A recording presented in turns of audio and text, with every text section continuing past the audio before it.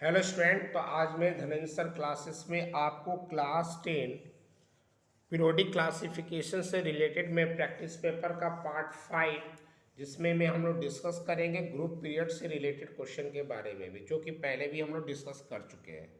तो इस क्वेश्चन में क्या दिया हुआ है कि आपका जो 1 से 1 2 13 14 15 16 17 18 ग्रुप दिया हुआ है और पीरियड 1 2 3 4 दिया और एलिमेंट्स के जगह पर ABCDEFGH करके लिख दिया गया। तो पहला क्वेश्चन ये पूछ रहा है कि आपको बताना है कि the atom of the which element is smaller in size E और एच। ई और एच आप पीरियोडिक टेबल में ई और एच को ध्यान से देखो, यहाँ पर ई लिखा हुआ है और यहाँ पर एच लिखा हुआ है। तो पूछ रहा है कि ई और एच में कौन सा एलिमेंट जो है उसका साइज छोटा है। तो सिंपली वे में देखो ध्यान से, तो ई और एच को अगर हम लोग देखा जाए तो दोनों पीरियड नंबर 2 में आ रहा। तो पीरियड नंबर 2 अगर सेम पीरियड हो, सिंपल याद रखिएगा, अगर पीरियड हमारा सेम रहता है तो जो जितना ज़्यादा दूर जाएगा, जितना ज़्यादा दूर मतलब नंबर ऑफ ग्रुप। आप देखो पीरियड नंबर 2 है तो ई का जो पोजीशन है वह ग्रुप नंबर 2 में है और एच का जो पोजीशन है वह ग्रुप नंबर 17 में है। तो इसका मतलब एच जो है वह आपका दूर है एज कंपेयर टू ई। तो सिंपली वे में याद रखिएगा, अगर सेम पीरियड रहता है, अगर हमारा पीरियड जो है अगर सेम रहता है तो लेफ्ट वाला जो होता है उसका साइज जो होता है, लेफ्ट वाला जो रहेगा उसका साइज जो है वो बड़ा रहेगा और राइट साइड जो रहेगा वह स्मॉलर रहेगा। जब पीरियड सेम रहेगा, हमेशा याद रखिएगा कि अगर पीरियड हमारा सेम रहेगा तो जो लेफ्ट में एलिमेंट रहेगा वह बिगर साइज होगा और जो राइट में एलिमेंट रहेगा वह स्मॉलर साइज होगा। तो यहाँ हमारा बोला स्मॉलर इन साइज, तो पीरियड नंबर 2 में ई और एच के बारे में बोला जा रहा है। तो ई जो है वह लेफ्ट साइड में और एच जो है वह राइट साइड में है। तो राइट साइड वाला क्या होता है तो छोटा होता है। तो इस कंडीशन में स्मॉलर साइज हमारा एच हो गया। नेक्स्ट क्वेश्चन पूछ रहा है विच element is the most electropositive. Electropositive का मतलब हो गया मेटालिक। इलेक्ट्रोपॉजिटिव का मतलब क्या हो गया मेटालिक। तो आपका पूछा है इलेक्ट्रोपॉजिटिव में, तो जहाँ तक मैं पिछले वीडियो में डिस्कस कर चुका हूँ कि मोर इलेक्ट्रोपॉजिटिव कौन होता है, तो जिसके आउटर मोस्ट में 1 2 3, जिसके आउटर मोस्ट में 1 2 3 रहता है वह मेटल होता है और इन तीनों में से जिसमें कम रहेगा वह मोर मेटालिक होगा।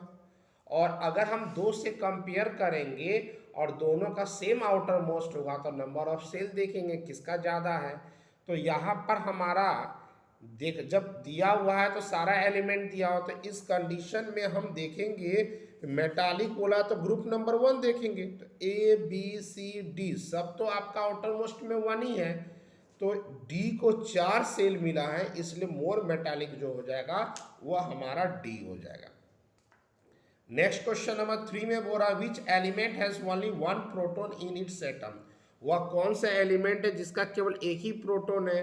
तो हम जैसा कि जानते हैं कि किसी भी एलिमेंट का जो एटॉमिक नंबर होता है, अगर किसी का एटॉमिक नंबर अगर 5 है तो इसका मतलब 5 इलेक्ट्रॉन भी होगा और 5 प्रोटॉन भी होगा। अगर किसी एलिमेंट का एटॉमिक नंबर 10 है, इसका मतलब 10 इलेक्ट्रॉन होगा 10 प्रोटॉन होगा। तो यहाँ प्रोटॉन जब 1 बोला है तो एटॉमिक नंबर भी 1 होना चाहिए। तो यहाँ एटॉमिक नंबर 1 किसका है तो ए का, इसलिए यहाँ पर ए के पास केवल एक ही प्रोटॉन होगा। तो यहाँ पूछ रहा है कि which element has only 1 proton in its atom, तो वह हमारा जो आंसर हो जाएगा वह क्या हो जाएगा तो ए हो जाएगा। क्या हो जाएगा ए हो जाएगा। अब हम आ जाते हैं नेक्स्ट क्वेश्चन में। यहाँ पर मेरा क्या हो गया राइट आंसर हो गया ए, क्योंकि एक जो है उसका एटॉमिक नंबर 1 है, इसीलिए इसमें एक ही प्रोटॉन होगा। नेक्स्ट क्वेश्चन पूछ रहा है कि जी का वैलेंसी क्या होगा। तो आप ध्यान से देखो तो जी जो है उसका किस ग्रुप में आ रहा है तो 16 ग्रुप में। जी जो है वह किस ग्रुप में आ रहा है तो 16 ग्रुप में आ रहा है और जो भी एलिमेंट 16 ग्रुप में आता है उसका लास्ट में 6 होता है। जिसके लास्ट में 6 होता है वही ना 16 ग्रुप में आता है। तो ये 16 ग्रुप है, इसका मतलब इसका आउटर मोस्ट में 6 है और हम जानते हैं कि जिसका आउटर मोस्ट में 6 इलेक्ट्रॉन होता है तो उसका वैलेंसी निकालने के लिए 8 से घटाते हैं, तो 8 में से 6 जाएगा तो क्या हो जाएगा, तो 2 हो जाएगा। पूछ रहा है कि G का बैलेंस इलेक्ट्रॉन क्या होगा, तो G जो है वह 16 ग्रुप में है, दैट मीन्स लास्ट में 6 होगा, और लास्ट में 6 है तो बैलेंस इलेक्ट्रॉन भी 6 हो, क्योंकि बैलेंस इलेक्ट्रॉन का मतलब होता है लास्ट सेल में कितना इलेक्ट्रॉन है। क्वेश्चन नंबर 6 में बोल रहा है कि name the element etch is a मेटोलाइट। मेटोलाइट क्या है, तो मेटोलाइट के बारे में मैं बता देना चाहता हूं कि मेटोलाइट जो होता है वैसे एलिमेंट को बोलते हैं। Metallites are those element which show the some properties of metal as well as non-metal। मेटोलाइट ऐसे एलिमेंट को बोलते हैं जो कुछ प्रॉपर्टी जो है वह मेटल का शो करता है और कुछ प्रॉपर्टी जो है वह नॉन मेटल का शो करता है। इसलिए पीरियोडिक टेबल में मेटोलाइट जो होता है वह मेटल और नॉन मेटल के बीच में आपका बॉर्डर का काम करता है।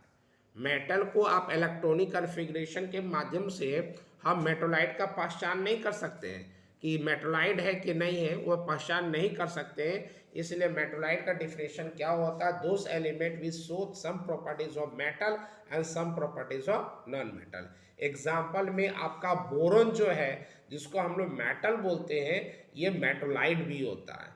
सिलिकॉन जिसको हम लोग नॉन मेटल बोलते हैं ये मेटोलाइट भी होता है। तो बोरोन का एटॉमिक नंबर 5 होता है, सिलिकॉन का एटॉमिक नंबर 14 होता है, और दोनों क्या होता है, मेटोलाइट होता है। तो यहाँ पर हम देख रहे हैं कि एटॉमिक नंबर 5 के बारे में तो कुछ एलिमेंट है ही नहीं, लेकिन आप F देखोगे तो ये F जो है वह किसके पोजीशन को बता रहा है, तो सिलिकॉन के पोजीशन को बता रहा है।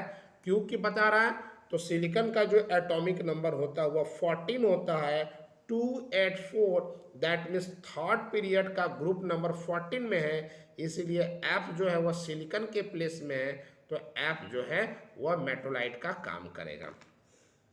अब आ जाते हैं और क्वेश्चन में क्या बोला गया, ग्रुप नंबर 16 और ग्रुप नंबर 17 के बारे में एलिमेंट्स को लेकर रिप्रेजेंट किया गया है।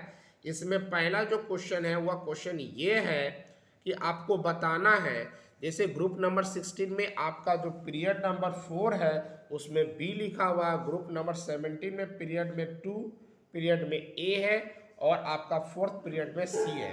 आपसे पूछा जा रहा है कि ए जो है वह मेटल है कि नॉन मेटल है, तो जैसा कि हम लोग जानते हैं कि ग्रुप नंबर 16 है तो लास्ट में 6 होगा, ग्रुप नंबर 17 है तो लास्ट में 7 होगा, और जिसके लास्ट में 6, 7 होता है वह नॉन मेटल होता है।